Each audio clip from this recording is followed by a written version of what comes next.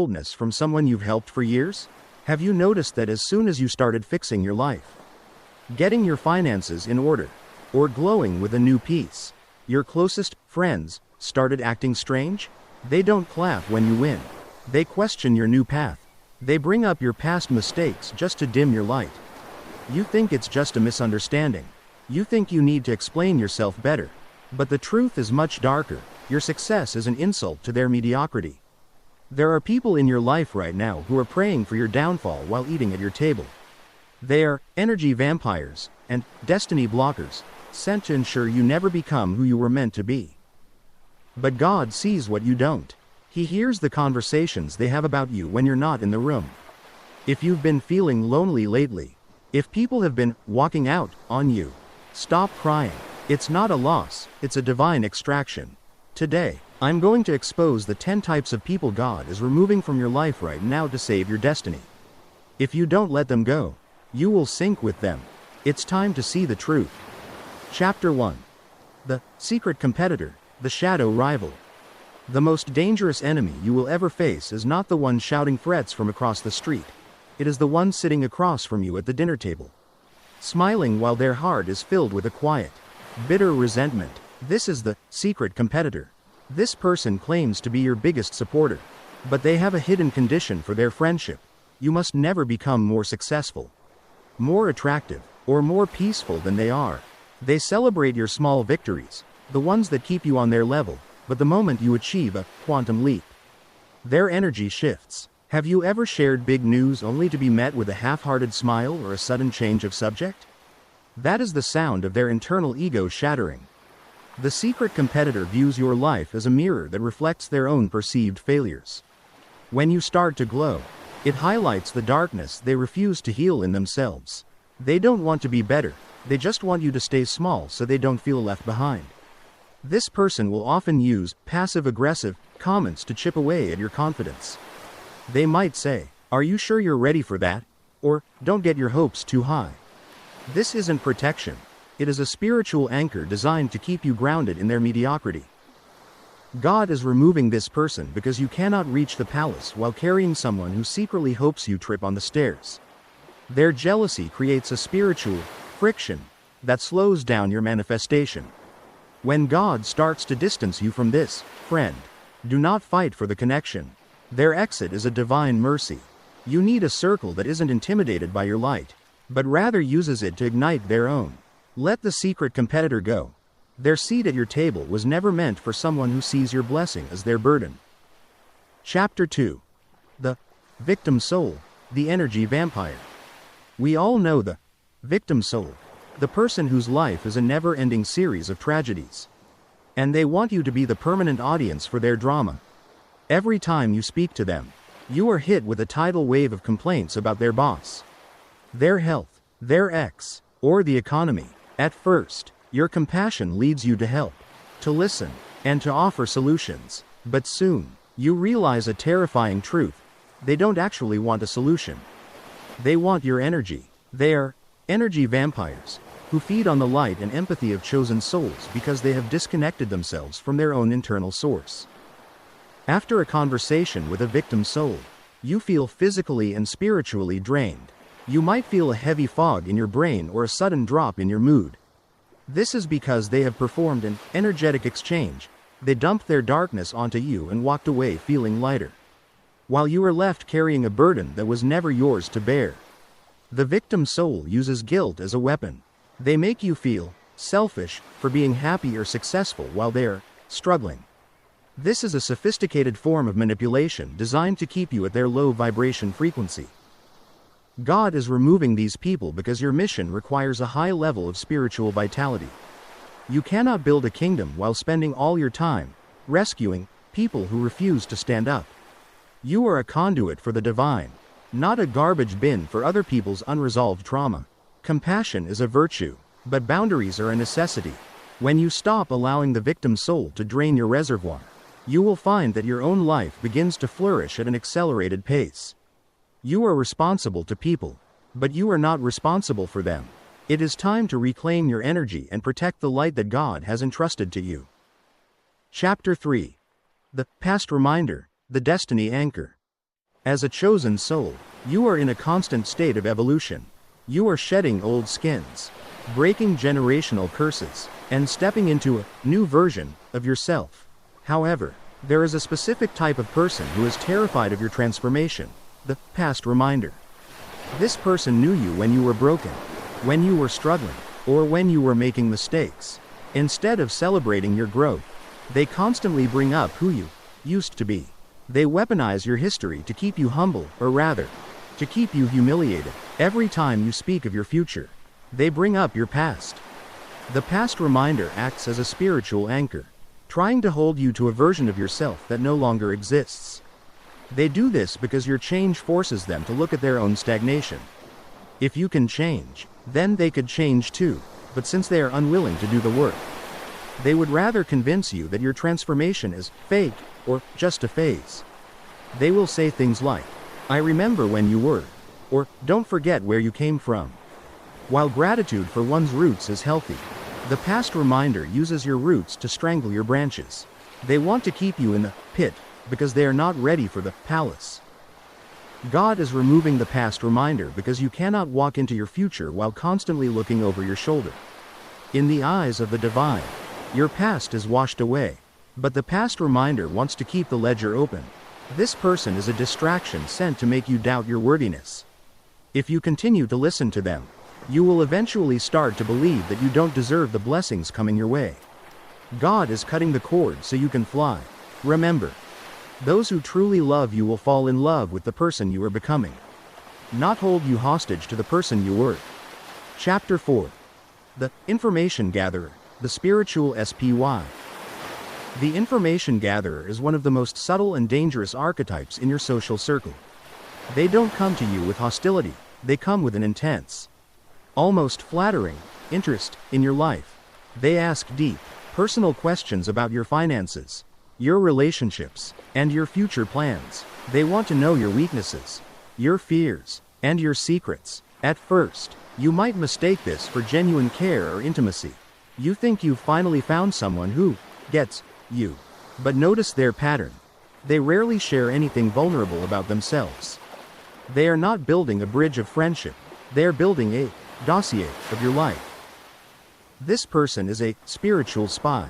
In the world of energy, information is currency, and the information gatherer is a trader. They collect your private details to use as social capital with others. The moment you face a challenge or make a mistake, they are the first ones to spread the news under the guise of concern. They will say, "I'm so worried about them. Did you hear what happened?" This is how they weaponize your trust. They look for the cracks in your armor not to help you mend them, but to know exactly where to strike, or where to tell your enemies to strike. God is removing the information gatherer because your next level requires sacred secrecy. Not everyone has the spiritual maturity or the heart integrity to handle the blueprints of your destiny. When you share your vision with a spy, you are literally giving the enemy your battle plans. As God distances you from these people, you will feel a sudden urge to be more private. Listen to that intuition. Silence is a shield. You don't owe anyone an explanation of what God is doing in your life. By removing the spy, the Creator is protecting your inner sanctum, so that your blessings can grow undisturbed in the dark before they are manifested in the light. Chapter 5. The Compliment Slasher, the Passive-Aggressive Assassin. The compliment slasher is a master of the backhanded compliment, a verbal weapon wrapped in a thin layer of sugar. They are the people who say things like, "You're so brave for wearing that," or "I'm so surprised you got that promotion." Good for you. On the surface, it sounds like praise, but beneath the words lies a sharp blade designed to bleed your self-esteem. Every compliment they give contains a hidden slash that leaves you feeling confused and slightly diminished. They want to appear supportive to the outside world, but their true goal is to plant seeds of self-doubt in your mind. This behavior is a symptom of deep-seated insecurity. The compliment slasher cannot handle your light, so they try to dim it just enough to make themselves feel comfortable. They want to keep you in your place. They are the ones who will point out a tiny flaw in your greatest achievement just to make sure you don't feel too good about yourself.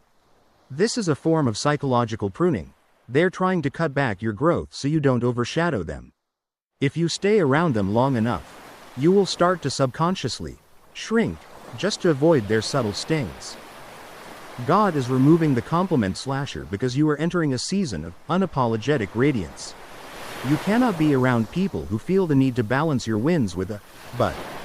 The Creator wants you to be surrounded by destiny encouragers, people who can look at your success and say, "You deserve this and more," without any hidden agenda. When God removes the slasher, He is removing the static from your environment. You need a clear frequency to hear the divine affirmation of your work. Don't be fooled by the sugar. Pay attention to the sting. Their exit is the end of the slow poisoning of your confidence. Chapter 6. The Doubt-Sower, the Assassin of Ambition. The Doubt-Sower is perhaps the most tragic person in a chosen soul's life because they often appear as the voice of reason. Whenever you share a billion-dollar idea, a dream of healing, or a plan to break a generational curse, they are ready with 1,000 reasons why it won't work. They use phrases like, "I'm just being realistic," or "I don't want to see you get hurt." While they claim to be protecting you from disappointment, they are actually protecting themselves from the conviction of your courage. Your willingness to dream reminds them of the dreams they abandoned long ago. The Doubt-Sower is a carrier of the spirit of fear. They function as an assassin of ambition, attempting to kill your dreams while they are still in the womb. They focus on the how, when God is telling you to focus on the who. By projecting their own limitations onto you, they try to pull you down into their world of safety and stagnation. For a chosen soul, doubt is a deadly contagion. To manifest the impossible, you must be in a state of absolute faith, and you cannot maintain that faith while someone is constantly whispering, "What if," in your ear. God is removing the Doubt-Sower because you are about to step into a season of supernatural impossibilities. You are going where logic cannot follow. If you keep the Doubt-Sower in your ear, you will hesitate at the very moment you need to leap. God is clearing the noise so you can hear His voice clearly. He is replacing the logic of men with the revelation of the Spirit. When this person leaves your life, you might feel a sudden rush of crazy confidence. That isn't a coincidence. It's the result of finally being free from the gravity of someone else's fear. Let them go. You don't need realism. You need revelation. Chapter 7. The Loyalty Tester, the One-Way Street. The loyalty tester is a master of emotional tax. They operate on a distorted version of friendship where loyalty is a debt you are constantly paying. But they never owe. They are the first to call you when they are in a crisis at 3 a.m. expecting you to drop everything, listen for hours, and provide emotional or financial support. However, notice the shift when the roles are reversed. When you are the one in the lion's den, when you are the one facing a storm, the loyalty tester suddenly becomes incredibly busy. They have a valid excuse for every time they fail to show up for you. They don't want a friend, they want a functional subordinate who validates their importance. This person views your kindness as an unlimited resource to be exploited. They test your loyalty by pushing your boundaries, seeing how much of your peace they can consume before you say no. The moment you finally stand up for yourself or ask for reciprocity, they turn the tables and accuse you of being disloyal. This is a classic gaslighting technique designed to keep you in a state of debt.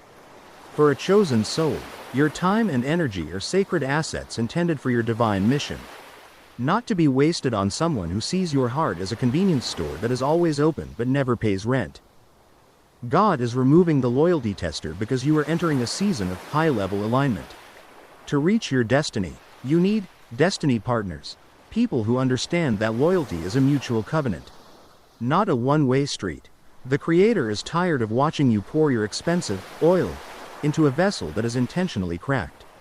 When God removes this person, He is restoring your energy levels. You will finally have the strength to focus on your own growth because you are no longer being drained by the constant, unreasonable demands of someone who only loves you for what you can do for them.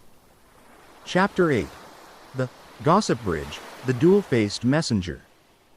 The Gossip Bridge is one of the most toxic characters in any social or professional ecosystem. They always come to you with a warning, disguised as loyalty. They say things like, "I shouldn't tell you this, But I heard so and so was talking behind your back, or everyone is saying this about your new project. While they claim to be protecting you by giving you the inside scoop, they are actually the ones creating the friction. Here is the golden rule of the spiritual realm. If they bring gossip to you, they are taking gossip about you. The bridge carries traffic in both directions. The gossip bridge thrives on the drama they create. They love the feeling of power that comes from being the information broker. By telling you what others supposedly said, they isolate you from your community, making you feel like they are the only honest person you can trust. This is a strategy of divide and conquer. They sow seeds of suspicion in your heart, causing you to look at everyone with a side eye, effectively destroying the atmosphere of peace that God wants you to live in. They don't want to fix the problem, they want to be the center of the mess. God is removing the gossip bridge because your frequency is too high for the basement talk of rumors and whispers. To manifest your highest calling, you must have clean ears and a pure heart. When you allow a gossip bridge to speak into your life, you are allowing spiritual sewage to be dumped into your sanctuary. God is cutting off this messenger to protect your focus. When the bridge is removed, you will notice the drama in your life drops by 90%. You will find that most of the enemies you thought you had were actually just products of a storyteller's imagination. Silence the messenger, and you silence the war. Chapter 9. The Golden Handcuff, the Controlling Benefactor. The Golden Handcuff is a person who offers help, but that help always comes with an invisible chain. They might give you a loan when you're struggling, offer you a shortcut in your career, or provide a place to stay. On the surface, they look like a destiny helper sent by God. But as time goes on, the true price of their kindness becomes clear. They want total control over your decisions. They use their past favors as a weapon to guilt-trip you whenever you try to exercise your own will. They say, after everything I've done for you, this is how you treat me.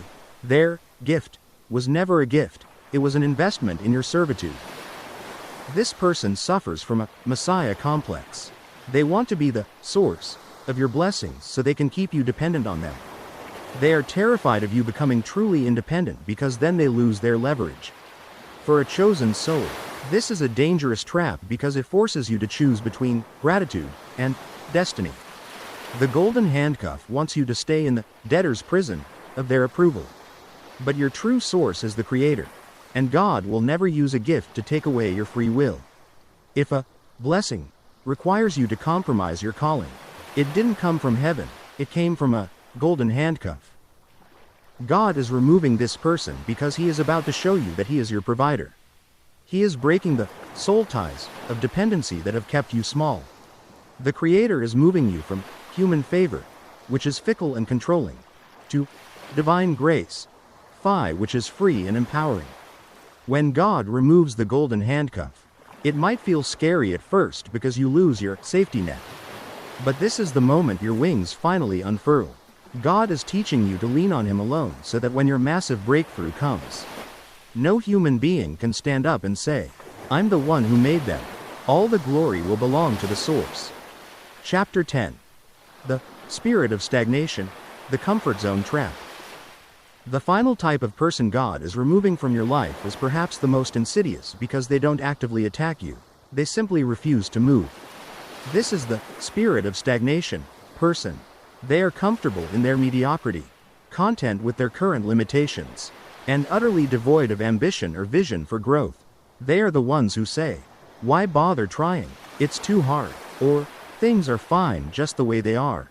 Their presence in your inner circle is like a heavy anchor, pulling you back every time you try to launch into your next level.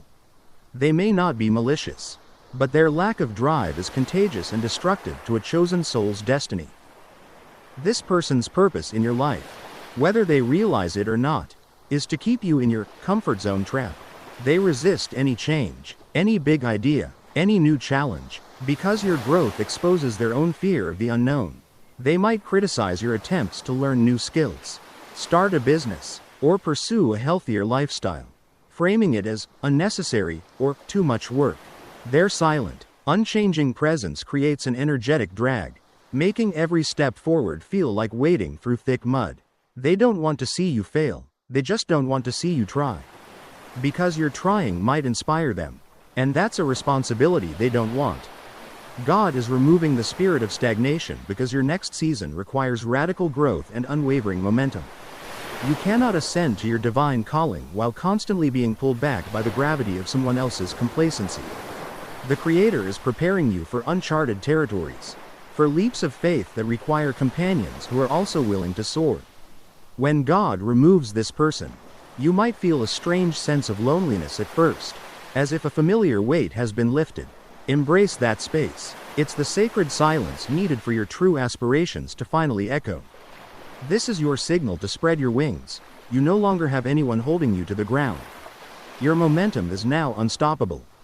If you have recognized even one of these 10 types of people in your life, understand this. God is not punishing you by removing them. He is saving you. He is performing a divine extraction, clearing the path for the blessings, the peace, and the prosperity that are trying to reach you. Every ending in your life is simply God clearing the stage for a much grander beginning. It might feel lonely for a season. You might grieve the loss of connections you once cherished. But remember, the empty chairs at your table are not a sign of rejection. They are an invitation for new, higher vibration connections to enter. God is replacing human burdens with divine blessings. Your true tribe, the ones who genuinely celebrate your life, are on their way. I decree over you today, may every toxic tie be broken. May every manipulative hand be released. May every energy vampire be banished from your circle. You are free. You are protected. You are ready for your next level. Comment, I am free, right now to seal this divine extraction in your spirit. Share this video with a chosen soul who needs to see the truth. And subscribe to step into your unshakable power. The silent sabotage ends today. Your new, protected, and prosperous life starts now. Go forth, unburdened and unchained. Amen.